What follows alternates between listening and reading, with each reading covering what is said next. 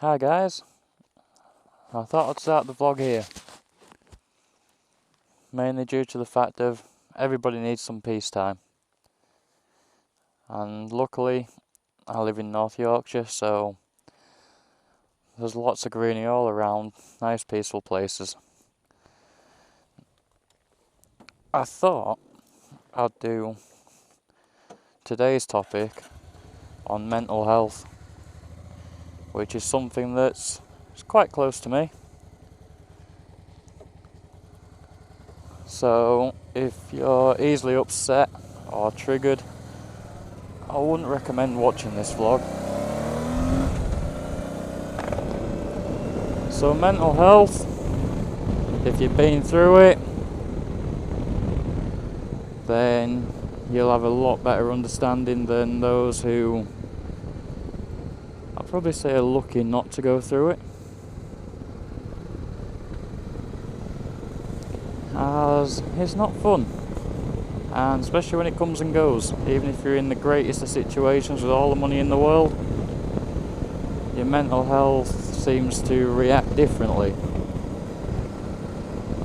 Now, me personally, I've dealt with depression and on and off anxiety, which is really weird because it won't affect me for ages and all of a sudden I turn into what people would call a miserable cunt. And I accept that. I think the thing with mental health is you kind of got to accept it a little bit. You can't just say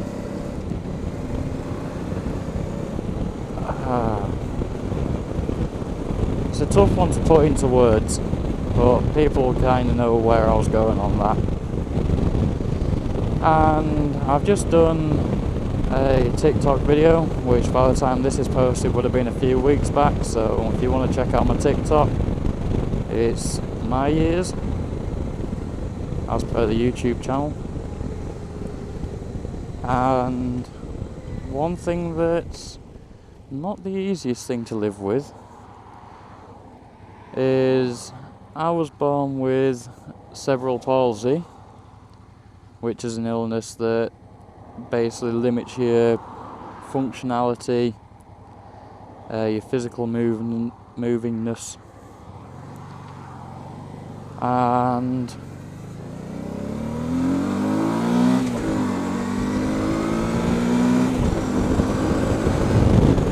one of the main things that kicks off my depression to a degree is my mother, who's no longer with us. She gave birth to me, and then 18 months later she killed herself.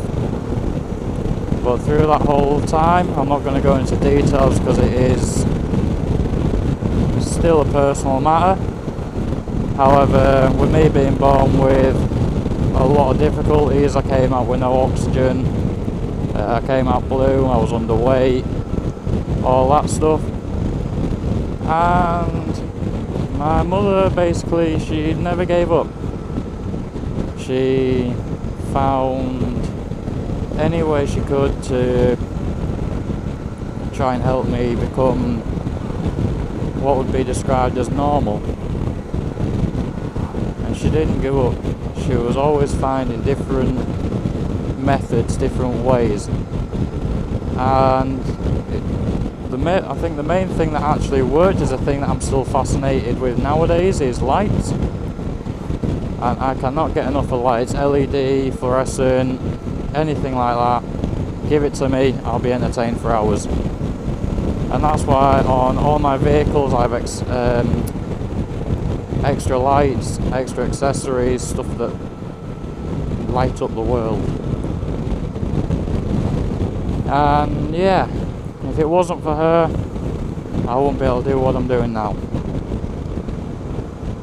And it's a tough one with depression because a lot of people who have it are healthy. They can walk, they can talk, they can ride a motorbike, they can drive a car, they can do 1,000,001 things. And yet they're still not happy. And it's not because they're not happy in terms of their environment or anything like that. They can, as I say, they can have the best life in the world and all that. It's just something inside them that won't let them cheer up. And I'm exactly the same. I mean, even during my depression, when I try and cheer myself up and say, look, I can move, I can go out on the bike, I can do this, I can do 1,000,001 things, I'm still not happy. And I should be grateful for the fact that I've actually had a new lease of life. Granted, I was too young to remember any of this, so it doesn't affect me probably as bad as if it was recently, a few years ago, or at the age where I'd actually understand what had happened. And another thing for anxiety is horrible. It is the worst thing in the world, because as well as depression, it doesn't just harm you mentally, it harms you physically. And during the lockdown, I had the weirdest thing ever happen to me, and I thought that was it, my lights are out. It sounds stupid to people who don't know what I'm on about, but I woke up with a numb arm. And as far as my brain could tell, I felt fine. And then all of a sudden I started getting chest pain. And then I had a band around my chest, which is the common signs for a heart attack. And then your anxiety gets worse because you're thinking, what on earth's going on? Is this it? Is this the end? Which then makes the physical harm, the physical pain, a lot worse. And it just starts increasing and increasing, and where does it stop? It is horrible. But the one thing I will say is there's lots of help and guidance. There's counsellors, there's the NHS, there's talk lines. If you need to talk to somebody, do it. Don't sit there thinking, I can manage it, it's fine, I'll do it in my own time. Alright, there are a few out there that they do self-heal. And after school, I was one of them people. And I never believed it could happen. I thought that was just basically going to be my life. As soon as I turn 18, I'm going to be a depressive asshole. And I'm still an asshole, but not quite as depressive. Another thing is find a hobby. Chances are, if you're watching this video right now, you either ride motorcycles, you're interested in motorcycles, or you're going to be getting a motorcycle. And I don't care whether that's a 50cc scooter or a 1200 BMW. It's something that distracts you from life. But there's also a con to that. Is if you continue pushing and pushing and pushing your feelings down, they're only going to come out in a way that you cannot control, which may affect things later. And then it's a horrible circle. You've just had a go at somebody you love, care, whatever.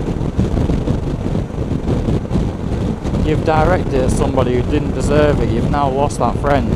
You now feel guilty as fuck because you let your mental health eat you.